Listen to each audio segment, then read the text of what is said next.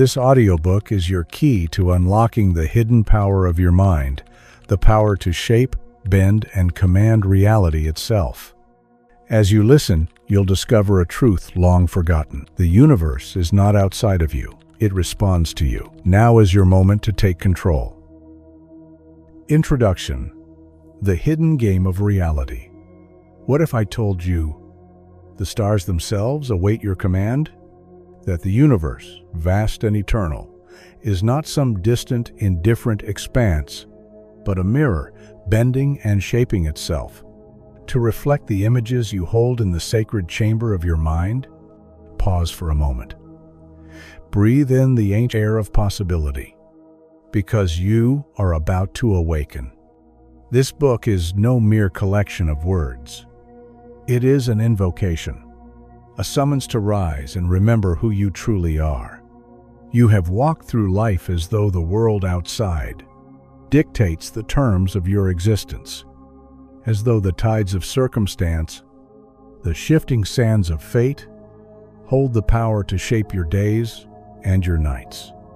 But listen closely, for a deeper truth stirs beneath the surface. The universe you see, the people, the places, the unfolding events, is not the cause of your thoughts, but the result of them. Let that truth settle into your bones. Every mountain you have climbed, every valley you have wandered, every door that is opened or closed before you began not in the world of form, but in the unseen world of assumption, belief, and thought.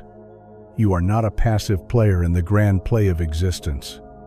You are the author, the director, the star. You were never meant to drift aimlessly, tossed by the winds of chance. You were born to command reality itself, to mold and shape the universe with the quiet power of your mind. For life, oh yes, life is not fixed. It is malleable. It bends to the will of the one who knows how to assume the state of their desire fulfilled. This is the law, older than the pyramids, older than the stars. It has been known by mystics, sages, and seers, guarded, whispered in the shadows of temples, hidden in parables and symbols. But now, the time has come for you to remember. The knowledge you seek is not new. It has always been within you, waiting for your recognition. You hold the scepter of creation. You are the cause of your reality, not its effect. And as you listen to the words that follow, the veil between your inner world and the outer will grow thin. You will begin to see what has always been true. Your mind shapes the universe. Let me ask you, are you ready to wield this power consciously? To step out of the fog of chance and into the clarity of intention? If so, let us begin the sacred journey. For the universe waits for the one who knows their own command. Chapter 1. The Hidden Game of Life. There is a game unfolding all around you, a game you've been playing since the moment you opened your eyes to this world, though you may have never realized it. It is vast, intricate, and invisible to the untrained eye. Yet it shapes everything: the paths you walk, the relationships you forge, the opportunities that rise and fall before you. This game does not reveal its rules openly. They lie hidden beneath the surface, woven into the very fabric of existence. The players? Every soul that breathes, each person making silent moves across an unseen chessboard. You have been one of them, moving unknowingly, casting thoughts like dice, rolling assumptions as though they were mere passing fancies. But what if I told you that these thoughts, these assumptions, were not random gestures in the dark? What if they were sacred acts of creation, shaping the very world you now inhabit? Life has not been happening to you, as you may have believed. It has been responding to you, bending and shaping itself to the contours of your inner landscape. Every thought you've held, every belief you've clung to, has set into motion a ripple, a vibration that is echoed outward, gathering form, substance, and circumstance. This is the hidden game of life, the sacred dance between the inner world and the outer, between mind and matter. Yet no one handed you the rulebook. No one whispered into your ear that your assumptions were painting the world around you. And so, you stumbled, as we all do, through the peaks of joy and the valleys of despair, wondering why the road twisted as it did, unaware that your own mind held the reins. But now, something stirs within you. A deeper knowing calls you to attention. The veil begins to lift, and for the first time, you sense the presence of the game itself, the invisible structures, the unseen laws, the silent agreements that govern the unfolding of reality. You begin to see that life is not random, not cruel, not indifferent. It is precise, it is ordered, and it is responding to the thoughts you hold in the sacred chamber of your consciousness. This is the truth hidden in plain sight, that your mind shapes the universe, that what you assume to be true, what you believe in the depths of your being, must, by cosmic law, mirror itself in your experience. Let me offer you a parable, one that echoes this truth in a form your heart can feel. Imagine a weary traveler, worn from wandering countless roads, seeking answers in the far corners of the earth. This traveler, driven by longing and perhaps a quiet desperation, finds themselves standing before an ancient mountain, towering and still. At its base rests a temple carved into the stone itself, its walls etched with symbols that hum with a silent power. Drawn by something deeper than curiosity, the traveler ascends, step by step, until they stand before the grand doors of this sacred place. And from within the shadows steps a sage, his eyes deep as the universe itself, holding galaxies in their reflection. "Welcome," the sage speaks, his voice a gentle echo. "You have found the temple of life's game." The traveler, puzzled, shakes their head. "A game? I do not understand. I have wandered seeking truth, not games." The sage smiles, a knowing, patient smile, and gestures to the temple walls, where the symbols seem to breathe and pulse. "Life," he says, "is the grandest game of all. Every thought you think, every belief you carry, is a move on this great board." Most wander through life unaware that they are playing, assuming they are mere pawns moved by fate. But in truth, they hold the power to move the pieces, to shape the game itself. The traveler, eyes wide, leans in. "You mean I have been playing all this time, without knowing the rules?" The sage nods gently. "And now, because you see, your true journey can begin." Like this traveler, you too have walked the path of life unaware of the invisible forces at play.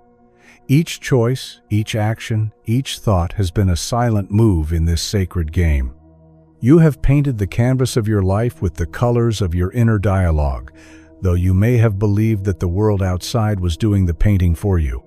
But this is the sacred reversal that must settle into your bones. The outer world is but the reflection, the mirror image of your inner assumptions. What you hold as true within must, by universal decree, manifest without. This is not a metaphor, it is a law, as sure and steady as gravity, as constant as the rising sun. Let me offer you another tale, a story that will ground this truth more deeply within your being. In a valley untouched by the noise of the world lived a shepherd. Day after day, he tended his flock, content in the simplicity of his routine. But one morning, as the first light of dawn kissed the hills, he noticed a shadow at the edge of his pasturia wolf, sleek and silent, watching. His first instinct, like any man's, was to grab his staff, to charge and drive the predator away. But something made him pause. He remembered the words of an elder, a whisper from long ago. "Before you act, observe, understand." And so the shepherd watched. Day after day, he studied the wolf, its patterns, its rhythms, the way it moved through the land.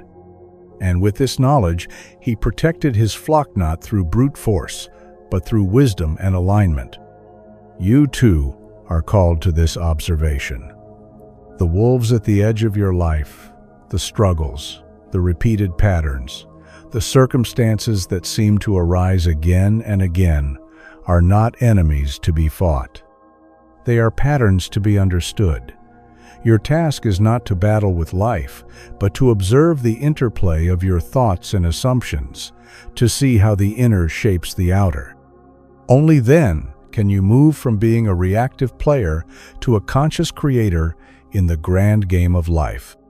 And so, I offer you this first sacred practice, a simple yet powerful invitation. Find a quiet space where the world cannot intrude. Take a moment to let your breath settle, to let the noise fall away. Then, take pen to paper and ask yourself, where am I in this game? Am I wandering, unaware of the moves I've made? Am I beginning to observe, to understand the patterns? Or am I awakening to my power, ready to shape the game consciously? Write it down. Be honest. This is your sacred space, your temple of reflection. And once you have written, make a vow to yourself, an intention. I commit to understanding the rules of this game. I commit to mastering the unseen forces that shape my reality. This is your first conscious move on the board, your first step into the sacred dance.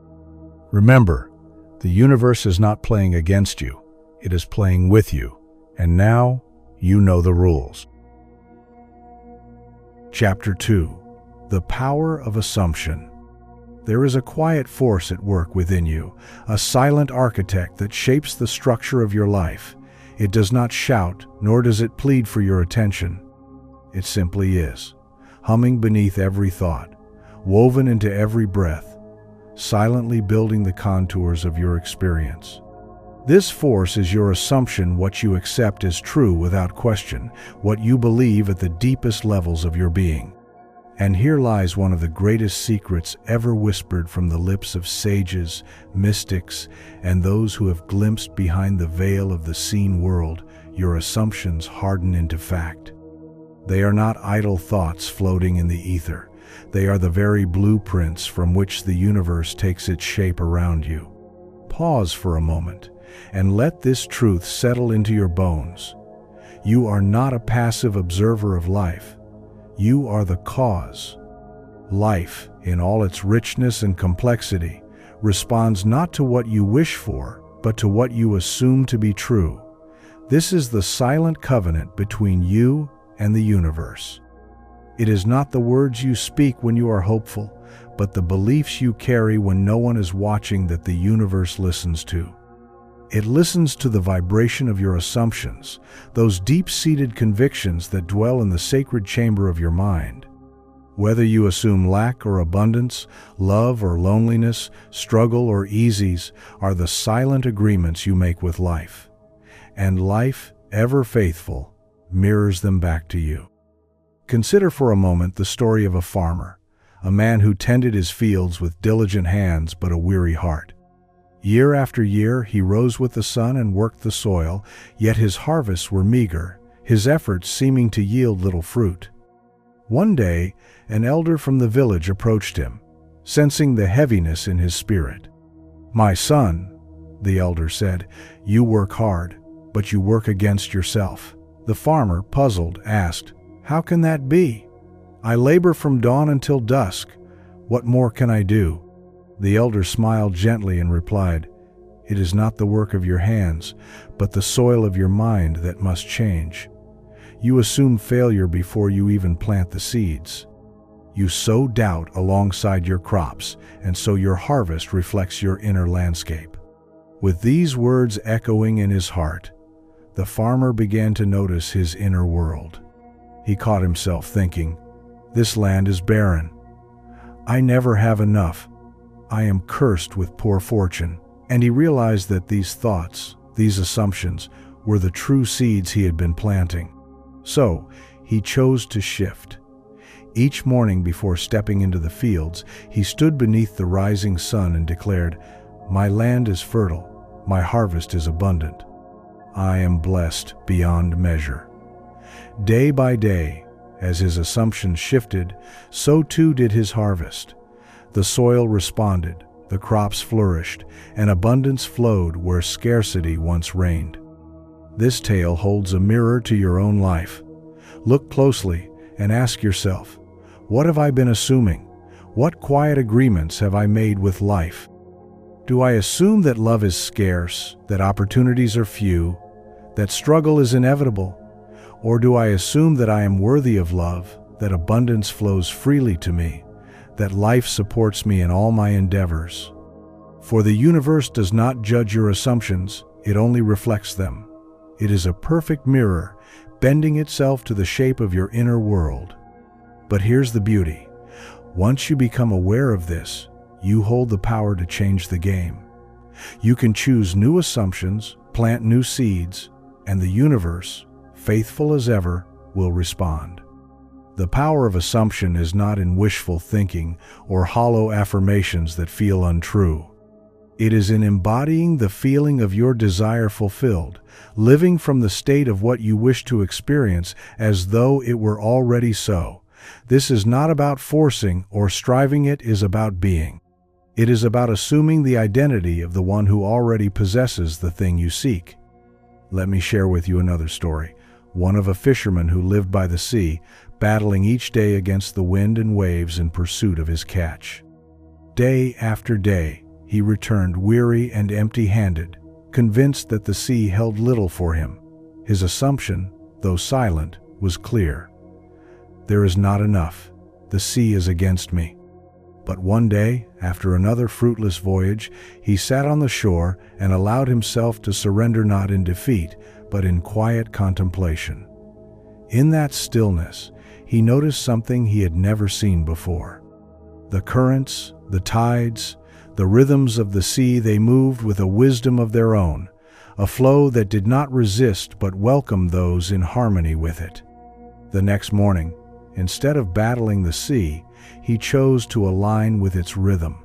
He set his nets where the current carried life, not where he demanded it to be. And to his astonishment, his nets overflowed with fish. The sea had not changed, his assumption had.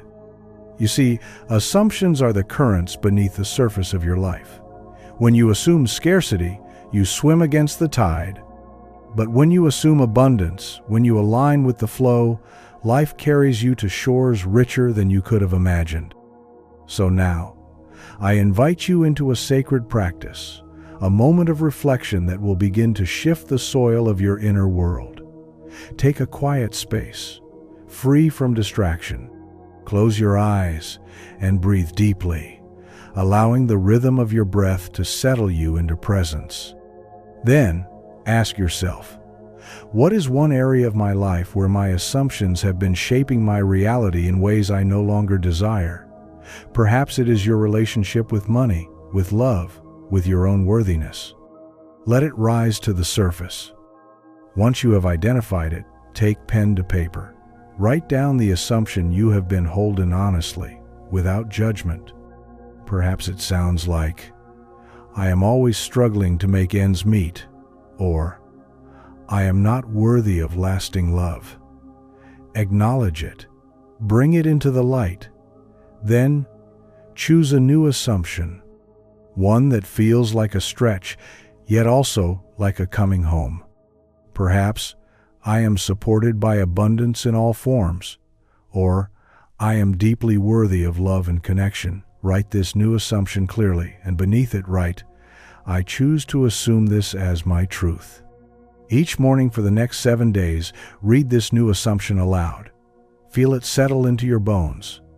Allow yourself to imagine, to embody, to live as if this were already true. Notice the shift within you. Feel the current change beneath the surface of your life. For this is the power of assumption. It is not loud nor dramatic. It is quiet, steady, and absolute. And as you assume, so shall you experience. Chapter 3. The Mirror of Consciousness. There is a mirror more faithful than glass, more immediate than a camera's reflection, more intimate than the image that stares back at you in the still morning hours. It is the mirror of consciousness, and it is reflecting your world in real time. Everything you see, everything you touch, everything you experience is not separate from you. It is you, extended outward into form. The faces you encounter, the patterns that repeat, the circumstances that rise like waves and crash at your feet, all of them are echoes, living echoes, of the state of being you carry within. Your reality is not some cold, indifferent place operating on a whim. It is a sacred theater, and the script it plays was written in the invisible ink of your inner dialogue. The stage upon which your life unfolds is shaped by the assumptions, beliefs, and feelings you have accepted as true. What you feel consistently, what you assume when no one is watching, becomes the very fabric of the reality you walk through each day. This idea, though radical at first, is not new. It is ancient, carved into temple walls, whispered in the dark chambers of mystery schools, and passed in silence from teacher to disciple. As within, so without, the sages said, not metaphorically, but with divine precision. The world you see is your mind turned outward. It is your consciousness made visible, your thoughts clothed in form. The law of assumption rests upon this principle like a crown atop a sovereign's head. What you believe to be true, what you accept in consciousness without resistance, must become your experience. It is not personal in its judgment. It does not weigh your worthiness. It simply reflects what is. Picture for a moment a woman who spends her days walking through a world that seems to push against her at every turn. Doors remain closed, relationships remain unfulfilling, and abundance seems to flow everywhere but into her own hands. She believes deep down that the world is hard, that life is unfair, that good fortune belongs to others. These beliefs are not loud. They do not announce themselves boldly in her mind. They are quieter, more insidious, like a hum in the background, always there, setting the tone. And so, her world continues to echo back the music of her inner state. Her outer life is a mirror, faithfully reflecting the story she holds in consciousness. She may not like it, but it is not betraying her. It is obeying her. But now, imagine the moment she awakens. Not in a grand flash, but in a quiet realization. She begins to question the reflection. Not the mirror, but the face it shows her. She turns inward and dares to ask, what must I be assuming to see this repeated in my life? What have I accepted as normal, as inevitable, that has become the pattern of my days? These are the holy questions, and in the silence that follows them, something stirs. She chooses to believe differently, not because the world has changed, but because she has. She decides, I am loved, I am chosen, I am supported by life itself. She begins to embody that state, not in a moment, but with persistence. And slowly, as if the universe were an attentive painter watching her every move, the strokes of her reality begin to change. People respond differently. Opportunities appear where there were once only dead ends. The mirror shifts, and not because someone came and fixed it from the outside, but because she cleaned the glass from within. This is the sacred power you hold, not just to observe reality, but to shape it.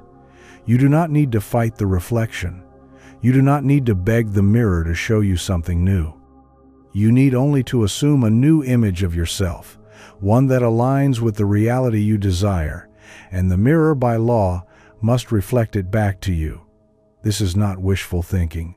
This is not delusion. It is the most intimate form of creation, and it begins not with effort, but with recognition.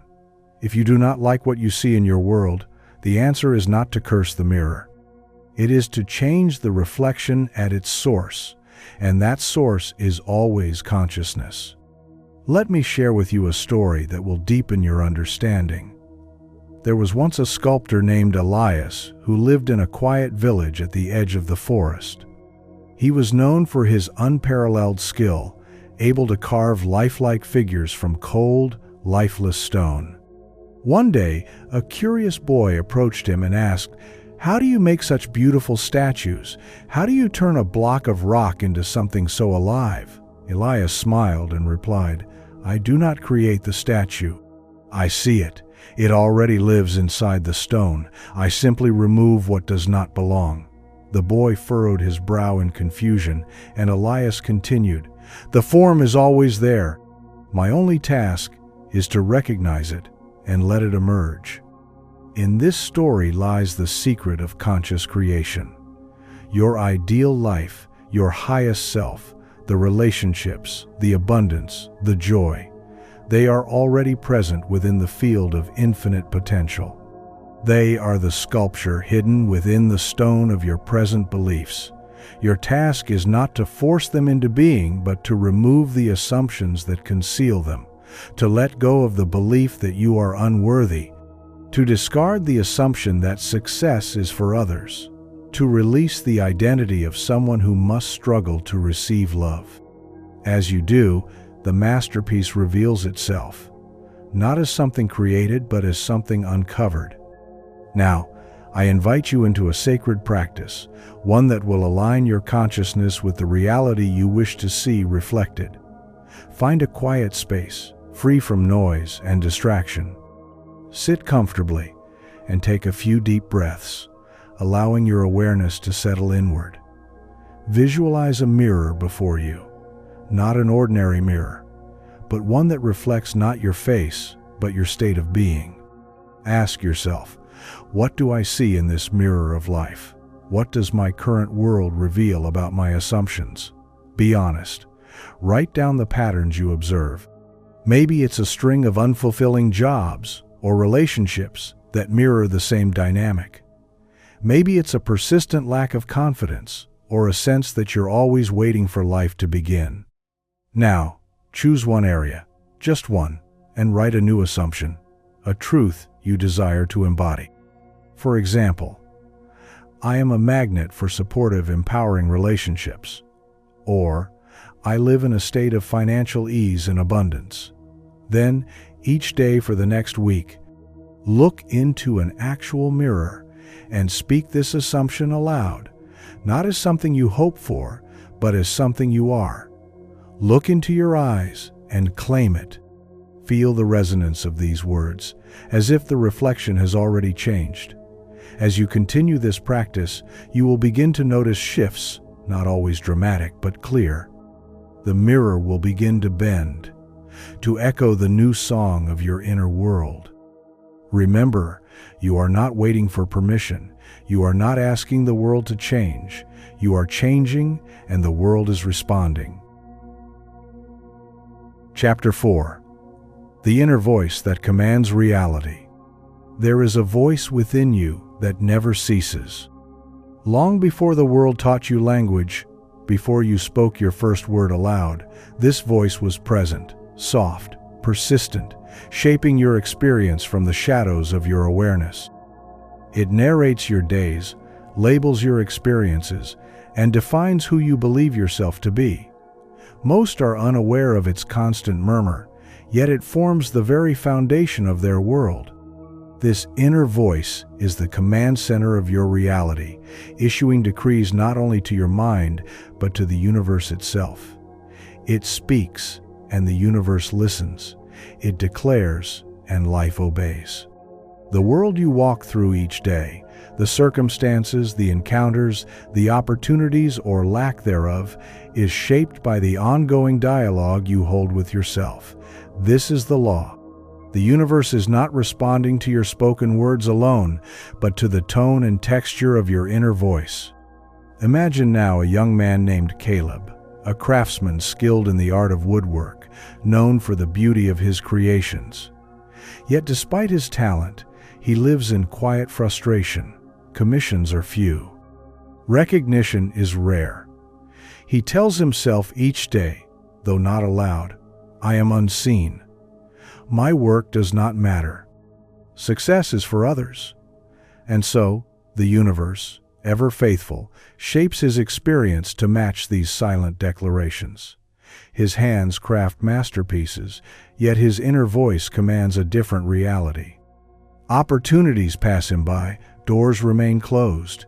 He lives the truth he has spoken to himself, whether he intended it or not.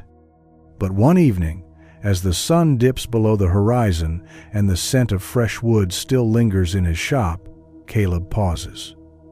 For the first time, he listens, not to the world outside, but to the voice within.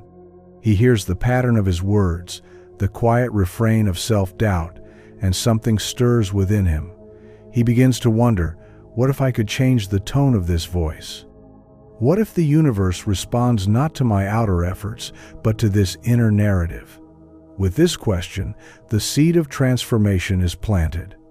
He chooses, not immediately, but gradually, to speak differently within. I am seen. My work matters. Success flows to me. He repeats these words, not as hollow affirmations, but as seeds sown in the soil of his being. And as days turn to weeks, his outer world shifts. A new client appears, drawn by word of mouth. An opportunity unfolds, unexpected but welcomed. The voice within changes, and the world without follows suit. This is not fantasy. This is the mechanism of creation. The inner voice commands, and reality obeys. Consider for a moment your own inner dialogue. What is the story you are telling yourself? Are you narrating a life of struggle, of scarcity, of limitations? Or are you declaring yourself worthy, capable, abundant? You may not speak these words aloud, but they echo through your consciousness, and the universe, attuned to the vibration of your being, reflects them back to you in form. The power of your inner voice is not about loud declarations. It is about the feeling behind the words, the resonance of belief that hums beneath the surface. When you tell yourself, "I can't," the universe echoes back opportunities that confirm your limitation. When you whisper, "I am," the universe bends itself to reflect that truth. Let me share with you another tale, one of a woman named Leora. She is a gardener by trade, tending to the earth with loving hands, nurturing life from the soil. Yet within her blooms a silent doubt. I am small. I am insignificant. No one hears these words but her, and yet their echo shapes her world. Clients overlook her. Her work is undervalued. She labors in the shadows. But one spring morning, as the first blossoms unfold in her garden, Leora feels a shift. She realizes that the flowers she nurtures do not question their worth. They bloom, unapologetic, reaching for the sun, and so she chooses to do the same. She begins to speak differently within herself. I am enough. I am seen. My work brings beauty and healing. These words, repeated like a sacred mantra, reshape the soil of her mind. And as the seasons turn, so too does her reality. Her business grows. Her community recognizes the value she brings. The universe, as always, responds to the voice she carries within.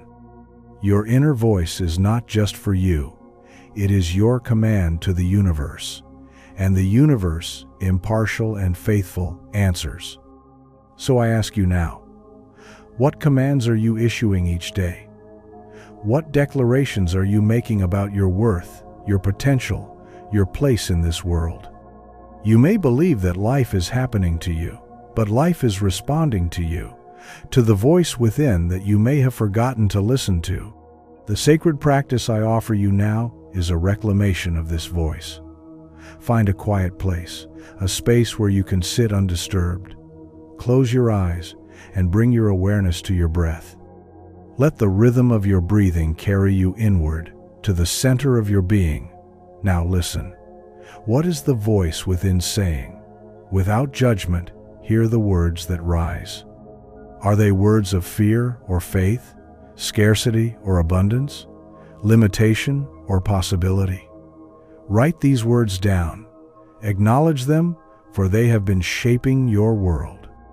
Now, take those words, those declarations, and choose new ones, ones that align with the reality you desire. If you have been saying, "I am not enough," write instead, "I am worthy beyond measure." If you have whispered, "I will never have enough," write, "I am a vessel of abundance." Craft these declarations as if you are speaking to the universe itself, because you are. Each morning and each night, read these declarations aloud. Feel their truth sink into your bones. Speak them with the authority of the Creator you are. Let them become the new command that your reality must obey. For your inner voice is not powerless. It is the most potent tool you possess. And as you reclaim it, as you choose to speak from a place of love, worthiness, and abundance, the universe will rise to meet your words with form and substance.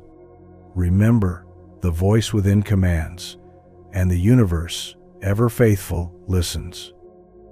Chapter 5. Belief, the seed of creation. Beneath every tree that stretches skyward, beneath every blossom that unfolds its petals to the sun, there lies a seed. A single point of origin, hidden from view, quietly anchoring the entire structure that rises above it. This is the nature of belief. Invisible, often unnoticed, yet it is the seed from which your entire reality grows. You may see the branches of your life, the relationships, the circumstances, the patterns that repeat, but it is the seed, the belief beneath it all, that determines the shape, the strength, and the reach of what grows in your experience. Belief is not merely an idea, it is the soil in which your thoughts take root and the sun under which your assumptions grow. It is the core vibration that hums beneath your words, the silent agreement between your consciousness and the universe. You do not manifest what you want, you manifest what you believe. To grasp this truth is to hold the key to the entire creative process. The world you walk through, the conditions you experience, are not random events cast upon you by some indifferent fate. They are the flowering of your deepest held beliefs, sprouting from the unseen soil of your inner world. If you trace back any recurring pattern in your life, whether it be abundance or scarcity, love or loneliness, ease or struggle, you will find at its root a belief. And this belief, whether conscious or buried beneath layers of distraction, is the cause. The outer world is merely the effect.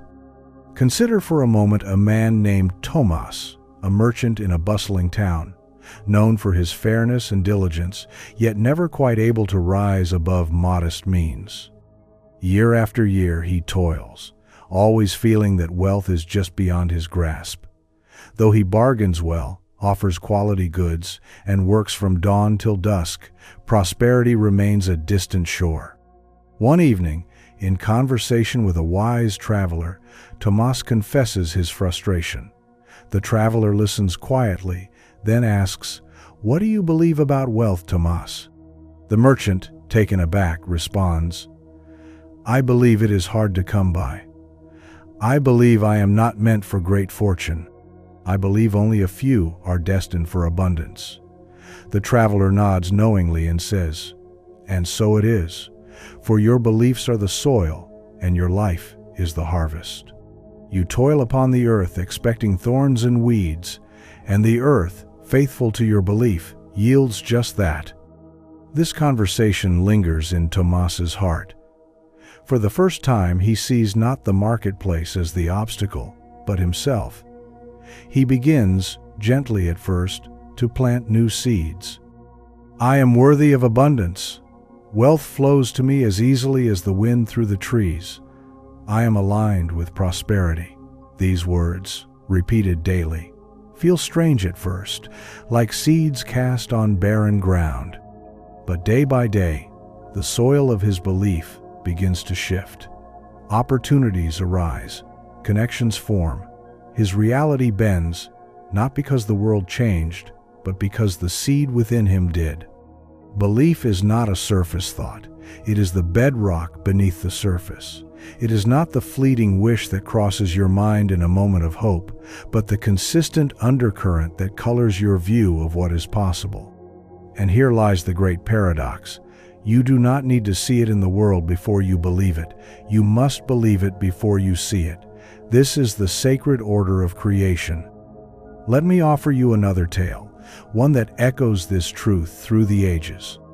In a land where drought had withered the fields and the rivers had run dry, there lived a sage who stood each day upon the cracked earth, lifting his arms to the sky in gratitude for the rain. The villagers mocked him. "Foolish man," they said, "can you not see the skies are empty? The clouds have left us." But the sage smiled, his belief unshaken. "I believe in the rain before it falls," he said. "I feel the soil softening beneath my feet. I hear the rivers singing as they rise. I taste the water on the wind." And one morning, as the sun rose, the sky darkened and rain fell upon the parched land. The sage, with his unshakable belief, had aligned with the coming of the rain long before it arrived. This is the nature of belief.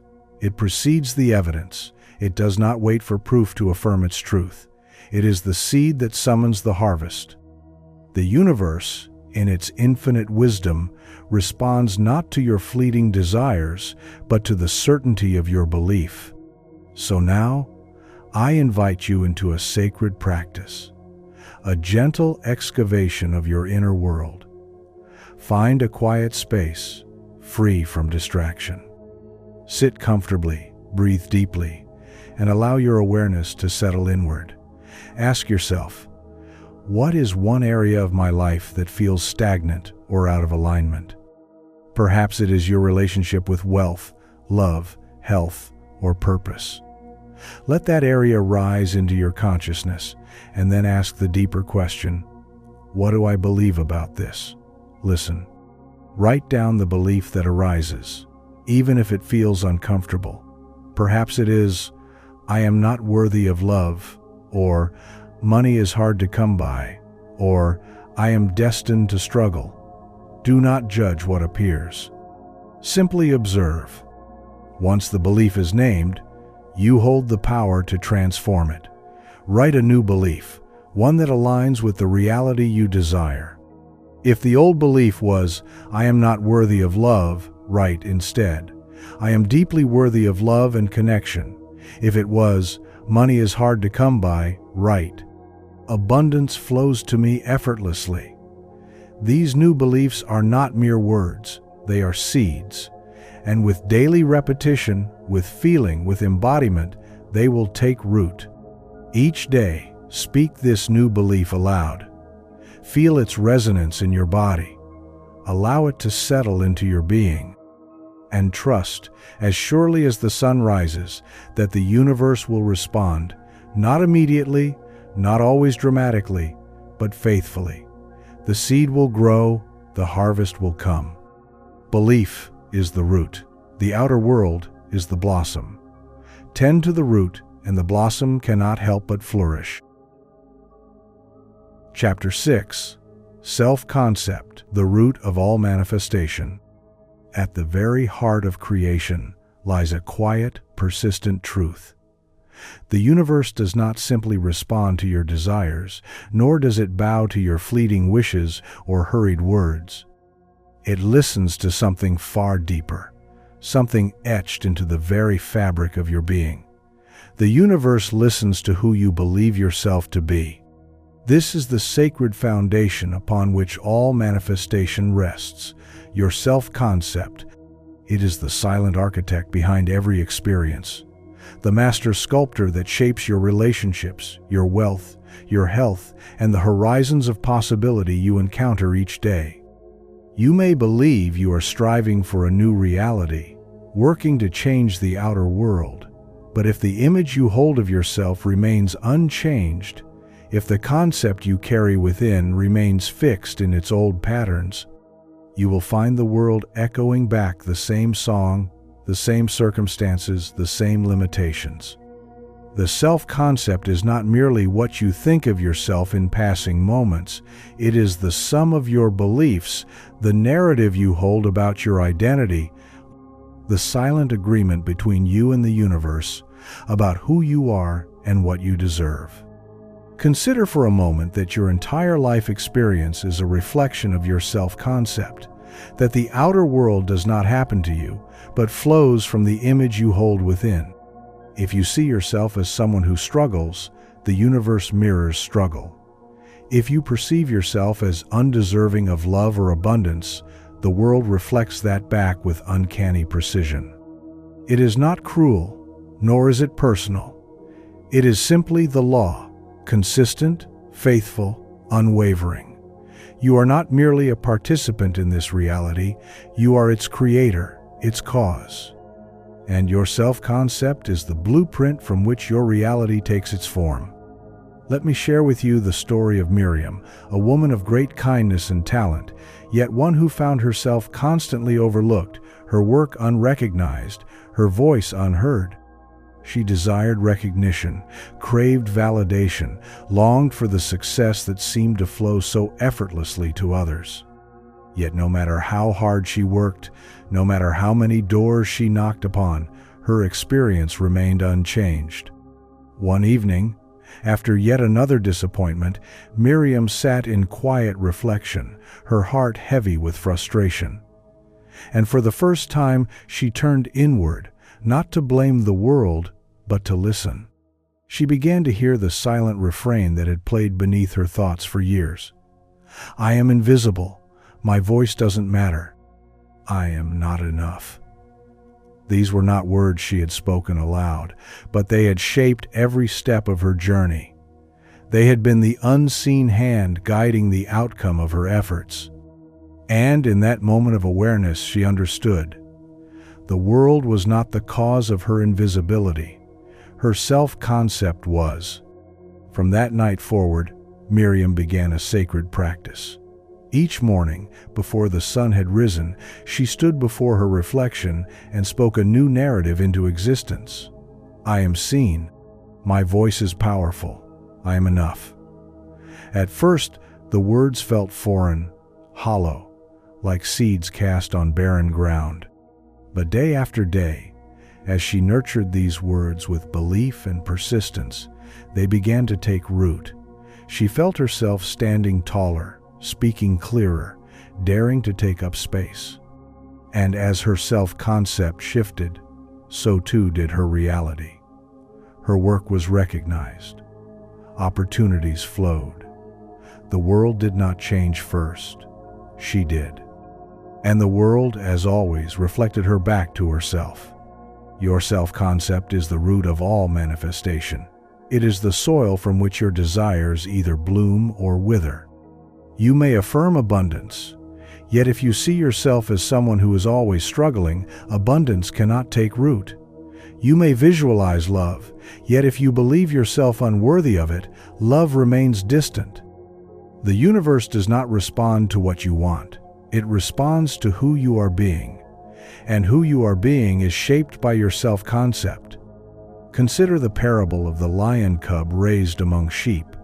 From birth, this lion cub walked with the flock, mimicked their bleating, feared the very predators it was born to stand beside.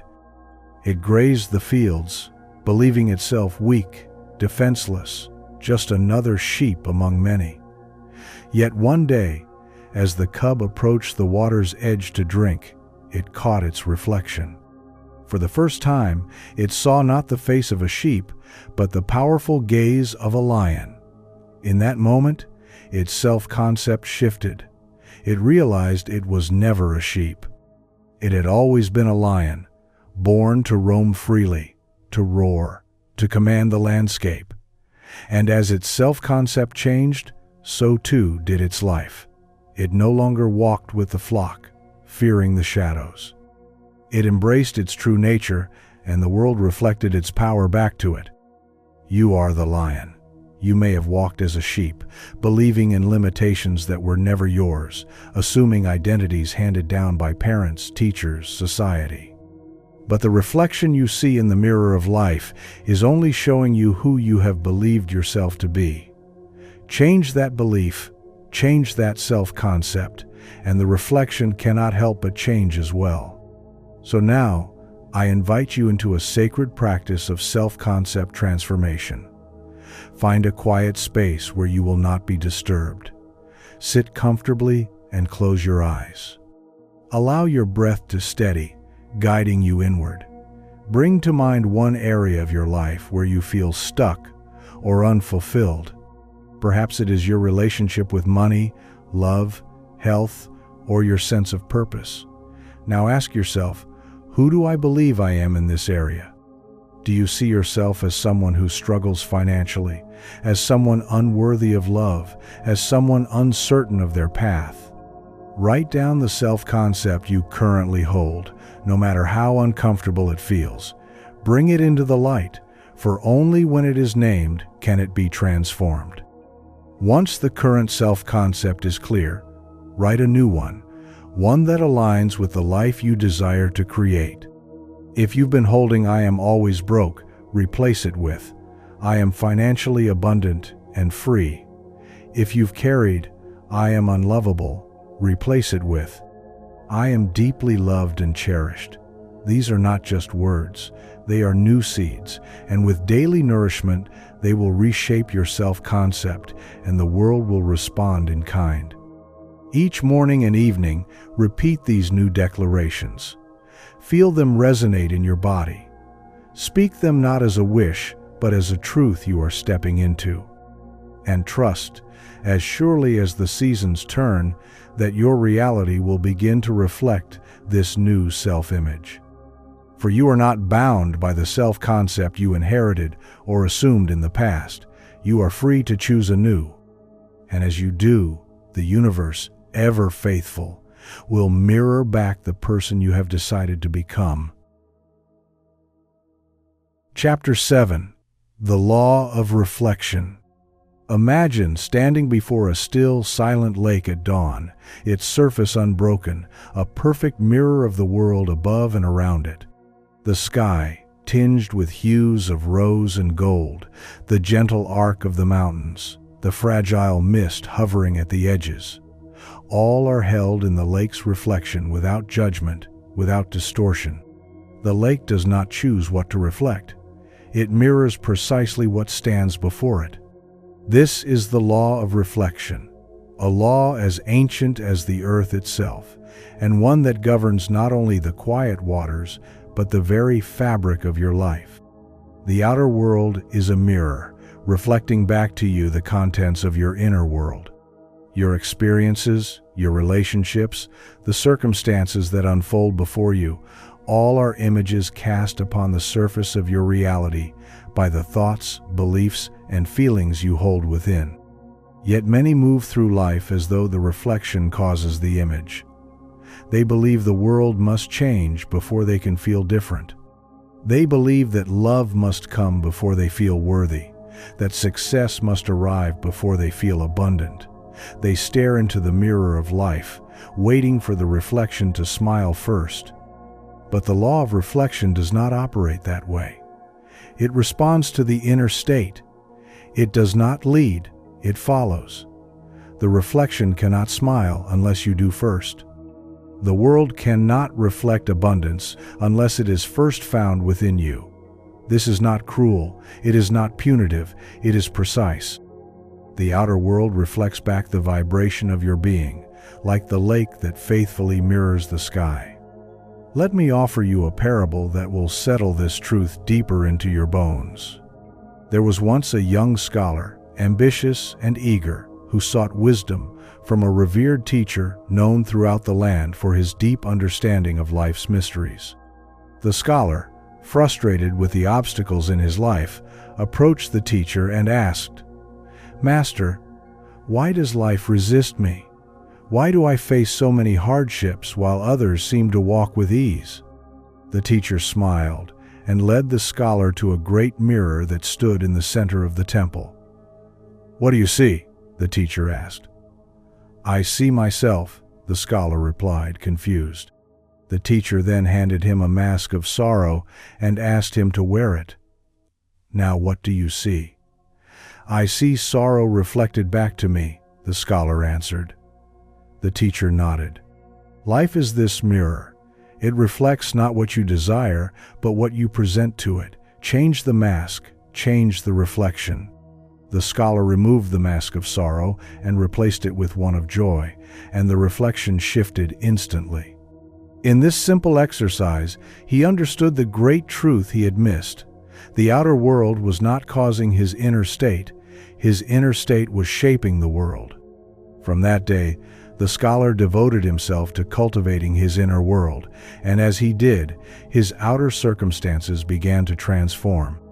This is the law of reflection. It is constant, faithful, and absolute. Your relationships, your financial state, your health, your opportunities, all are mirrors of your internal dialogue and self-concept. If you carry resentment, the world reflects back conflict. If you harbor scarcity, the world mirrors lack. But if you cultivate love, the world responds with connection. If you embody abundance, life echoes with opportunity. The mirror does not decide. It simply reflects. Consider the story of a woman named Elara, who longed for love, yet found herself in a cycle of unfulfilling relationships. Each encounter mirrored her hidden belief that love required struggle, that she was not fully worthy of ease and mutual respect. Though she yearned for something different, her inner reflection remained the same, and life obeyed its faithful law. But one evening, sitting in solitude beneath a sky awash with stars, Elara felt a quiet awakening. She realized that she had been waiting for someone else to reflect her worth back to her. She had been waiting for the mirror to change before she did, and in that moment she made a sacred vow to herself, not to seek love, but to become love. She spoke to her reflection, not with criticism, but with gentleness. "I am worthy of love, of ease, of joy." Day by day she nurtured this inner state, and as she changed, the reflection changed too. New relationships blossomed, born not from need but from the overflow of the love she cultivated within. You, too, are standing before the mirror of life, and the reflection you see is the sum of the energy you hold. If you wish to see a different reflection, the work begins not in the mirror but in the image you present to it. The law of reflection waits patiently for you to assume the state of being you wish to see. It does not rush, it does not push, it mirrors, always. So, I invite you now into a sacred practice of alignment with this law. Find a quiet space where you can sit without distraction. Close your eyes, take a deep breath, and allow your awareness to settle into the present moment. Visualize your life as a great mirror stretching out before you. See within it the reflections of your relationships, your finances, your health, your sense of purpose. What is the mirror showing you? Do you see abundance or scarcity, love or loneliness, joy or struggle? Write down what you observe. Be honest, for this is your sacred space. Now ask yourself, what inner state must I be holding for this to be reflected back to me? Trace the reflection back to its source. If you see scarcity, recognize the belief in lack that may still reside within you. If you see conflict, acknowledge the resentment or fear that may linger beneath the surface. Do this gently, without judgment. For what you see is not a punishment, it is information. It is the universe reflecting back the energy you carry so that you might choose anew. Once you have identified the inner state, choose a new one. If the mirror shows scarcity, choose to embody abundance. If it reflects loneliness, choose to embody connection. Write this new state down as an affirmation. I am abundant. I am connected. I am whole. Speak these words aloud each day, not as a request but as a command. Feel their resonance within you. And as you embody this new state, watch as the reflection begins to shift. The mirror of life cannot help but respond. Remember, You are not at the mercy of the reflection. You are the source. And as you change the image within, the world outside will reflect it faithfully, lovingly, unerringly. Chapter 8. Emotion, the fuel of manifestation. There is a current running through you, more powerful than the thoughts you think, deeper than the words you speak. It is the river of emotion, the sacred energy that charges your assumptions, that breathes life into the seeds of your belief. Without emotion, a thought is but a hollow echo, a shadow without substance. But when a thought is fused with emotion, it becomes alive, charged, vibrating with the frequency that calls forth its reflection in the material world. Emotion is the fuel of manifestation, the sacred fire that burns at the core of your desires. And whether you realize it or not, this fire is always burning, always sending signals into the universe, always attracting, repelling, shaping the unfolding of your reality. To understand this is to hold the key to conscious creation. For while your thoughts provide the structure, it is your emotions that provide the power. A thought, no matter how noble or grand, will remain inert unless it is imbued with feeling. It is not enough to think, "I am abundant," if the emotion you carry beneath it is fear or doubt. The universe does not respond to words alone, it responds to the vibration of your being, and that vibration is shaped moment by how you feel. Consider for a moment the image of a painter standing before a blank canvas. The brush in their hand is the thought, the idea, the vision. But the color, the texture, the vibrancy of the painting, that is the emotion. Without color, the painting is lifeless. Without emotion, your thoughts remain pale sketches, unable to leap from the canvas of your mind into the living world of form. But when the painter dips the brush into the rich hues of feeling, the canvas comes alive. So too with your reality. It is the emotional energy you pour into your assumptions that brings them into being. Let me share with you the story of Dorian, a man who dreamt of freedom from the chains of scarcity. Each morning, he repeated affirmations of abundance. Each night, he visualized wealth flowing to him. Yet the harvest remained barren, the fields of his life dry and unyielding. Frustration gnawed at him until one day, a wise friend asked, "Dorian, when you speak of abundance, how do you feel?" The question pierced deeper than Dorian expected. He realized that though his words spoke of wealth, his heart trembled with fear.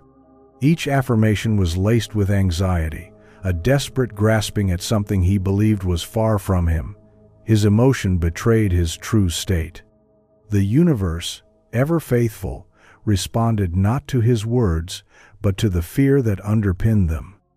And so, Dorian made a new commitment, not just to speak abundance, but to feel it.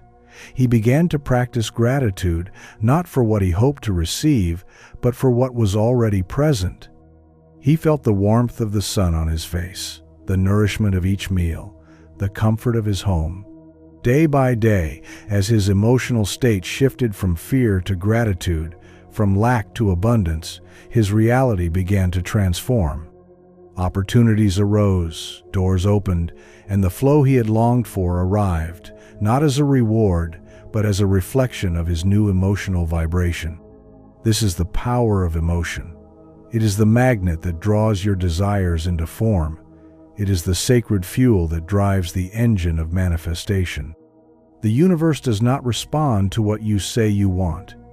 It responds to the emotional frequency you embody. You cannot plant seeds of abundance while watering them with fear. You cannot sow love while feeding the soil with loneliness. The vibration you hold becomes the signal you send, and the universe, by law, responds in kind. Consider now the parable of a gardener who plants two seeds, one of roses, one of thorns. She waters both, tends both, yet pours her care and attention into the thorns, fearing they will overtake the garden. She imagines the pain of their prick, the damage they will do. And though she desires the roses, it is the thorns that flourish. for it is the emotion she feeds that grows the strongest. So too in your life. You may plant seeds of abundance, love, and joy, but if you nourish them with fear, doubt, and worry, it is the weeds of those emotions that will overrun your garden. Your task is not merely to think new thoughts, but to feel new feelings, to align your emotional state with the reality you wish to create. When you desire abundance, feel abundance. Not as a future hope, but as a present reality. When you seek love, feel love, not as something to be gained, but as something that already resides within you. Emotion is the bridge between the inner world and the outer. It is the frequency that tunes the radio of your reality, drawing in the experiences that match your vibration. So, I invite you now into a sacred practice to align your emotional state with your desires. Find a quiet space where you can sit undisturbed. Close your eyes, take a deep breath, and bring to mind one desire that feels most alive within you. Perhaps it is financial freedom, a loving relationship, vibrant health. Allow the image of this desire fulfilled to form in your mind's eye. See it as vividly as you can, the sights, the sounds, the textures. But now, move beyond the image. Ask yourself, how would I feel if this were already true? Would you feel joy, relief, gratitude, excitement? Let those emotions rise within you. Feel them as though they are already present, because in truth they are. Allow the feelings to expand, filling your body, your heart, your mind. Rest in this state for a few minutes, anchoring the emotion within. Each day, return to this practice, not as a task to check off, but as a sacred ritual of alignment. Feel the emotions of your desires fulfilled. Let them become the dominant vibration of your being. And watch, as surely as the sun rises, how the universe responds, not to the words you speak, but to the feelings you embody. Remember, thought is the blueprint, but emotion is the energy that brings it to life. The universe listens not only to your words, but to the music of your heart. And as you tune that music to the frequency of your desires, life will dance to the rhythm you create. Chapter 9. The Role of Imagination in Shaping the Universe. Within you lies a kingdom vast and uncharted, a realm untouched by time or circumstance, limitless in its expanse and boundless in its possibilities. This kingdom is your imagination. It is the sacred space where all worlds begin, where realities are first conceived, where the invisible takes shape before it is clothed in form. Before anything appears in the outer world, before the seed of manifestation breaks through the soil of time and space, it is first planted, nurtured, and brought to life within the garden of imagination. This is the sacred law of creation. The outer world does not give birth to the inner. It is the inner that births the outer. Your imagination is the womb of the universe, the canvas upon which the masterpiece of your life is first painted. Yet, for many, imagination is dismissed as a fleeting fancy, a realm reserved for children or artists, not for the practical demands of life. But this is a grave misunderstanding, a forgetting of the sacred truth that the imagination is the workshop of the soul, the crucible in which destiny is forged. Everything that exists, every invention, every work of art, every relationship, every empire, first existed as a vision, an image held in the mind before it took shape in the world. The chair upon which you sit, the home in which you dwell, the very words you now hear, all were once imagined. They were thoughts clothed in pictures, made real through the power of sustained attention. Imagination is not a passive daydream. It is the most powerful tool of creation, the force through which you shape the universe. Consider for a moment a young visionary named Isaac who lived in a small, windswept village by the sea. Isaac, though poor in worldly possessions, possessed a rich inner world. He spent his days not merely tending nets or mending sails like the others, but sitting by the shore, eyes closed, imagining himself soaring through the skies like the gulls overhead. While others laughed at his dreams, calling them childish or impossible, Isaac held fast to his vision. He felt the wind against his face, heard the rush of air past his ears, experienced the freedom of flight in the sanctuary of his mind. Years passed, but Isaac's imagination never dimmed. And one day, inspired by the visions he had long cultivated, he built a glider, primitive by today's standards, but revolutionary in his time. And with it he lifted from the earth, if only for a moment, making real the dream he had long nurtured within. His imagination shaped his world, and in doing so, altered the world of those around him. This is not just Isaac's story, it is yours. The visions you hold in your imagination are not idle fantasies, they are blueprints for the universe to follow. The images you sustain, the pictures you return to again and again, are the seeds of your future experiences. The universe, ever faithful, responds to these images as surely as it responds to your emotions and beliefs. Imagination is the language through which you speak to the cosmos. It is the sacred script that life reads to shape the next act of your play. But here lies the great secret. It is not enough to imagine once or to envision fleetingly. Creation responds to sustained, focused imagination, to the images you return to time and again, infused with belief and feeling. It is not the passing thought, but the persistent vision that shapes reality. You must dwell in the house of your desire before it is built around you. You must see yourself living the life you seek, feel yourself moving through its rooms, tasting its joys, experiencing its fulfillment, all within the sanctuary of your imagination. Let me offer another tale, one that will settle this truth more deeply into your heart.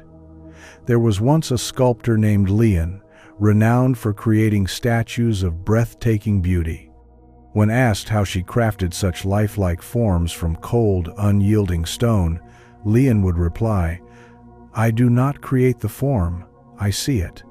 I hold its image in my mind, feel its contours beneath my hands before I ever touch the chisel. The statue already exists within the stone. My task is simply to reveal it." In the same way, the life you desire already exists within the field of infinite possibility. Your task is not to force it into being, but to see it, hold it, dwell with it in the sanctuary of your imagination until it reveals itself in form. So now, I invite you into a sacred practice to align with this truth. Find a quiet space, free from distraction. Sit comfortably, close your eyes, and take a few deep breaths, allowing your awareness to settle inward. Bring to mind one desire that feels most alive within you. Perhaps it is a home, a relationship, vibrant health, financial freedom. Now, imagine this desire fulfilled. See it vividly. What do you see? Where are you? What surrounds you? Engage all your senses. Feel the textures beneath your fingertips. Hear the sounds that fill this space. Smell the air. Taste the sweetness of this realized vision. But most importantly, feel the emotions that arise from living in this fulfilled state. Let the joy, gratitude, peace, and fulfillment expand within you. Rest in this state for several minutes, allowing the vision to anchor itself within your being. This is not mere daydreaming. This is conscious creation. Each time you return to this vision, each time you infuse it with feeling, you are writing the script that the universe will follow. You are shaping the contours of your future reality. Do this practice daily, not as a task to be checked off, but as a sacred ritual. Allow the vision to evolve, to grow richer, to feel more real. Trust that the universe, in its perfect timing, will respond. For the universe cannot resist a vision held with clarity, infused with emotion, sustained by belief. Remember, imagination is the womb of the universe. It is where all things are born. The outer world is but the echo of the inner vision. See clearly, feel deeply, believe unwaveringly, and the universe will shape itself to mirror the images you hold within. Chapter 10. Scripting Reality, the Power of Inner Dialogue. There is a conversation always unfolding within you, a dialogue so constant that its rhythm often fades into the background hum of your awareness. These are the words you whisper to yourself when no one is listening, the silent script you repeat day after day. This inner dialogue is the scriptwriter of your reality, drafting the scenes of your life long before they unfold in the outer world. Every thought you rehearse, every phrase you speak silently within the sanctuary of your mind, becomes a line in the great play that is your existence. You are both the playwright and the actor, and the dialogue you hold within shapes the reality that plays out upon the stage of your life. The universe, faithful as ever, listens closely to these inner words, reading your script with precision and shaping the events, the people, and the circumstances that echo their tone. But most move through life unaware of this ongoing conversation. They speak to themselves words of limitation, of doubt, of unworthiness, not realizing these are not private musings but commands to the universe. "I am always behind," they whisper. "Nothing ever works out for me." And so, life echoes these lines back, scene by scene, moment by moment. The power of your inner dialogue is not passive. It is creative. It sculpts the narrative arc of your days, giving form to your experiences. Your outer world is simply the stage upon which your inner script plays itself out. Consider the story of Jonah, a man whose days felt like a loop, repeating the same disappointments, the same frustrations, despite his efforts to change. He worked tirelessly, pursued new opportunities, spoke positive words aloud, yet the cycle remained. Until one quiet evening, Jonah paused long enough to listen, not to the noise of the world, but to the quiet murmur within. He heard himself say, "It's always the same. No matter what I do, nothing changes."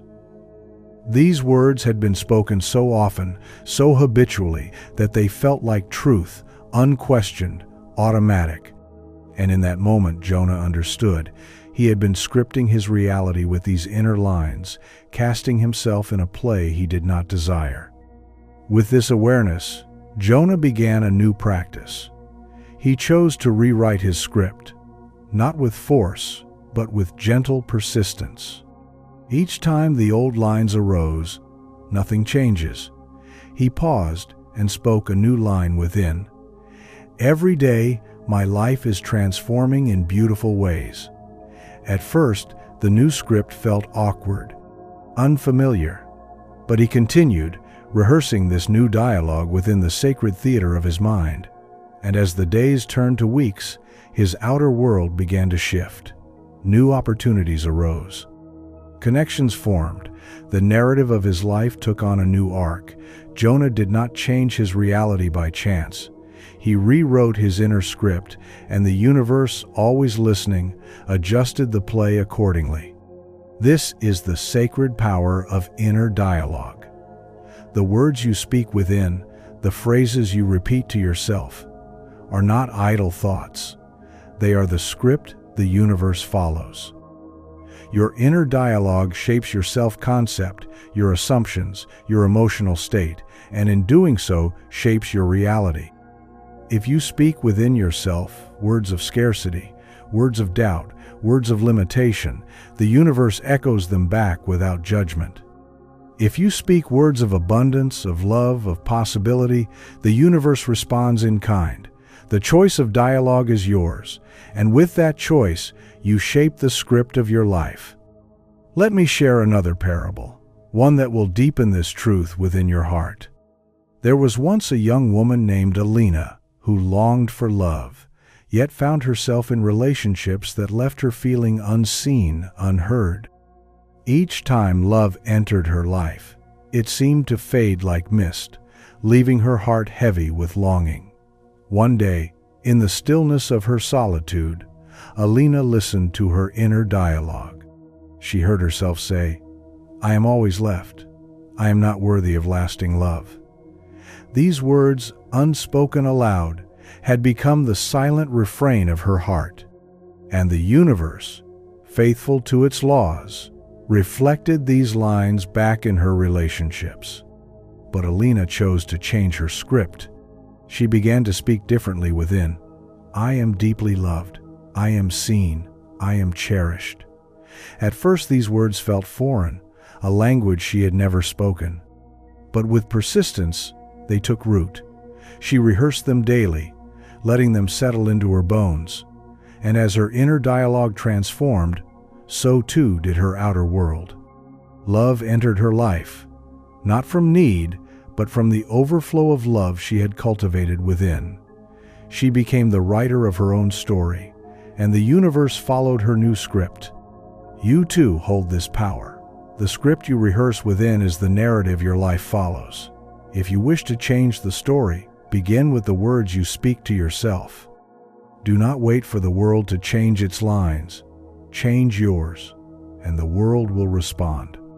So now, I invite you into a sacred practice of scripting your reality.